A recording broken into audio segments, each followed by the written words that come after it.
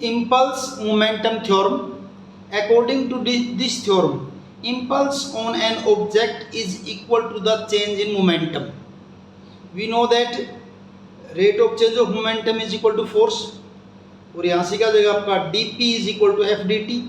Eight time t1 मान लीजिए momentum आपका p1 है और टाइम t2 पे मोमेंटम क्या आपका p2 है. तो इसको इंटीग्रेशन करेंगे हम इसका, dp का इंटीग्रेशन p1 से p2 तक, f dt का इंटीग्रेशन t1 से t2 तक, dp f को बाहर निकाल लिया t1 से t2 और dt.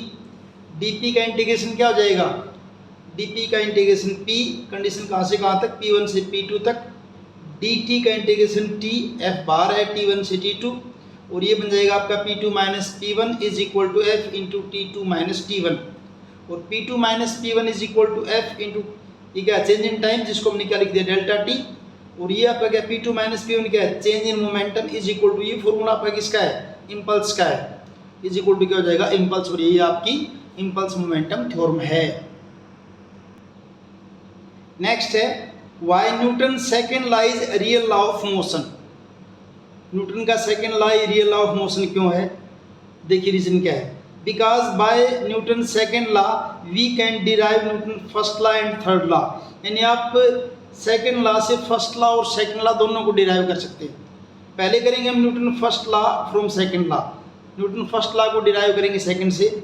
हमें पता है कि F is equal to M A if external force zero, अगर आपका एक्सटर्नल फोर्स क्या हो जाए आपका जीरो, तो एफ फोर्स किसके इक्वल होता है आपका एम ए के, क्योंकि फोर्स जीरो है तो M A is equal to zero. अब एम की वैल्यू तो आपकी जीरो नहीं हो सकती, M into A is equal to zero, it means या तो एम जीरो या ए जीरो है. मास तो ऑब्जेक्ट का जीरो हो नहीं सकता, इसलिए क्या जीरो है एक्सेलरेशन जीरो है, यानी एक्सेलरेशन आपका जीरो है. और एक्सेलरेशन जीरो कब हो सकता है, ऑब्जेक्ट या तो रेस्ट पे हो या फिर यूनिफॉर्म मोशन में हो, तभी आपका एक्सेलरेशन जीरो होगा. अगर यूनिफॉर्म नॉन यूनिफॉर्म मोशन है फिर तो एक्सेलरेशन होगा कुछ ना कुछ. तो एक्सेलरेशन जीरो कब होगा, या तो ऑब्जेक्ट आपका रेस्ट पे है या ऑब्जेक्ट आपका किस में है यूनिफॉर्म मोशन में है, उस टाइम पे आपका एक्सेलरेशन क्या हो जाएगा जीरो हो जाएगा. और इसका मतलब क्या हुआ, this shows that if external force is not applied, अगर एक्सटर्नल फोर्स आप अप्लाई ही ना करो, फोर्स अप्लाई नहीं किया तो एक्सेलरेशन जीरो है, और एक्सेलरेशन जीरो है तो ऑब्जेक्ट रेस्ट पे है तो रेस्ट पे रहेगा, और मोशन में है तो मोशन में रहेगा. और यही आपका न्यूटन का फर्स्ट लॉ है.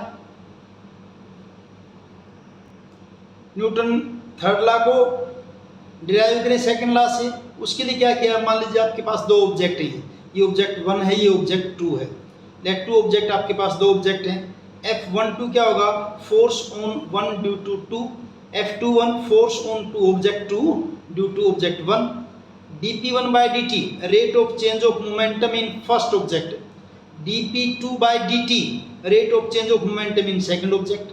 अब अकॉर्डिंग टू सेकंड लॉ के अकॉर्डिंग क्या होगा, F12 यानी कि फोर्स ऑन 1 ड्यू टू 2 किसके इक्वल होगा आपका dp1 by dt.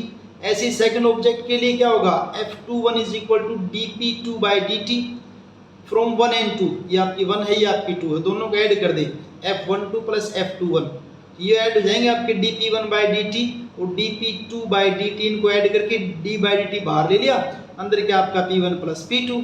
If external force, ये नहीं है कुछ भी, if external force is not applied, अगर एक्सटर्नल फोर्स अप्लाई नहीं किया है तो क्या होगा, ये जो चीज़ आपकी ये d by D T of p1 plus p2 आपका किसके इक्वल हो जाएगा जीरो के, यानी कि F12 plus F21 is equal to क्या जाएगा आपका जीरो के इक्वल हो जाएगा.